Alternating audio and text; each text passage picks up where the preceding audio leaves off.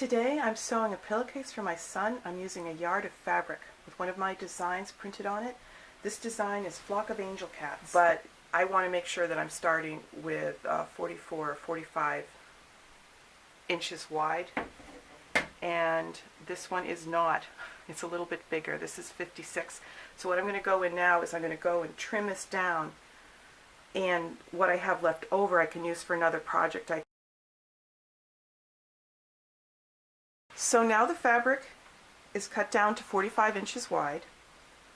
The cutoff piece will definitely make a nice project for something smaller later on.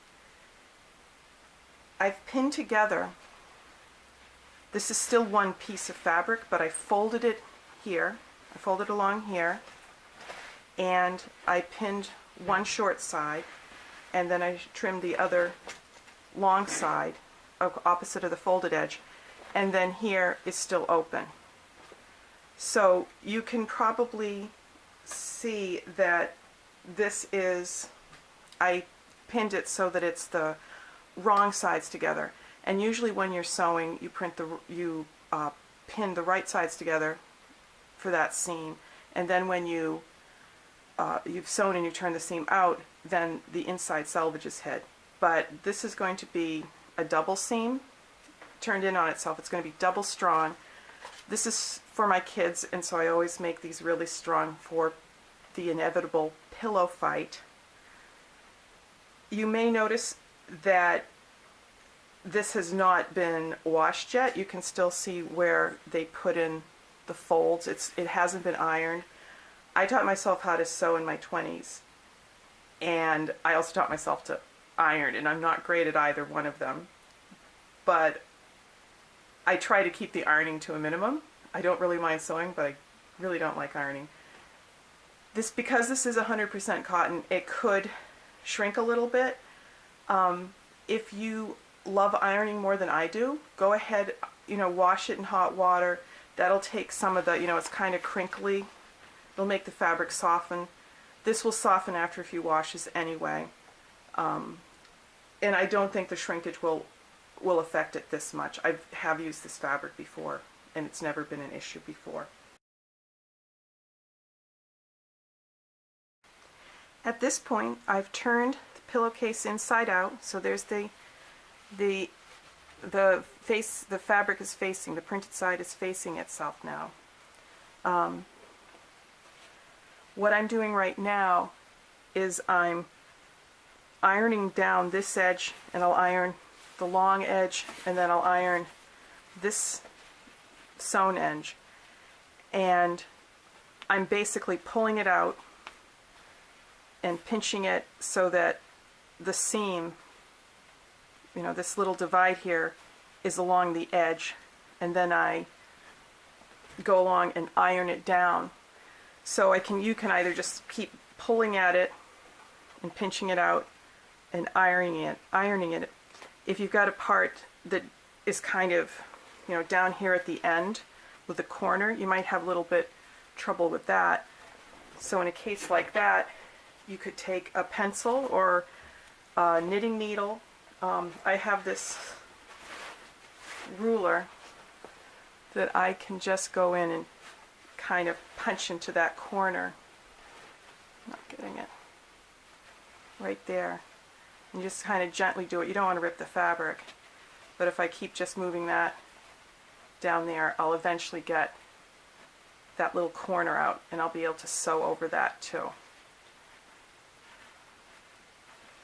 so I'm going to keep ironing the edges down. I'm not going to worry about the edge that is just the fold of the fabric, because I don't need to sew over that at all. The first time I did the seam the other way, the first seam, I did a ½ inch.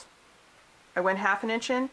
Now that it's all folded and ironed and flat, I'm going to do 3/4, and so the edge of this first seam will be all enclosed inside this tunnel. And I'm not bothering to tie off any of the thread ends, because at this point at least, I will at the very end, but I'm not doing it every single time I put it through the sewing machine, because everything will be enclosed within this. So I'll do just one on this case, and I'll tell you each time I do a tie off. So here's the corner at the bottom, and along the bottom that's opposite, the end that's opposite to the opening. I did tie this thread off. So I tied that off. I didn't bother to tie this one off yet, because that's going to be under a fold. And when you turn this inside out, you know, it's this nice regular looking seam. There are these strings that came out, and you can either break them or just, you know, just trim them close there. But before I turn it inside out, I'm going to actually fold down about an inch along the top here, and I'm going to iron that down, because then the top's going to be folded in again. So at this point I'm going to iron this down so it's out of the way and gives a nice edge here, and then sew along that line. So now it's been sewed around the top. I did tie off, I crossed the line of stitches across where this seam is, and I did tie these off on this side because this side's going to be folded down. At this point you might want to check how big a pillow you have, or if you have like one of those longer queen size ones, you can actually fudge it a little bit. This is going to be a twin sized one, so I'm going to do next is I'm probably going to iron again, fold down probably about 4 inches, but I'm going to actually go check with the pillow now.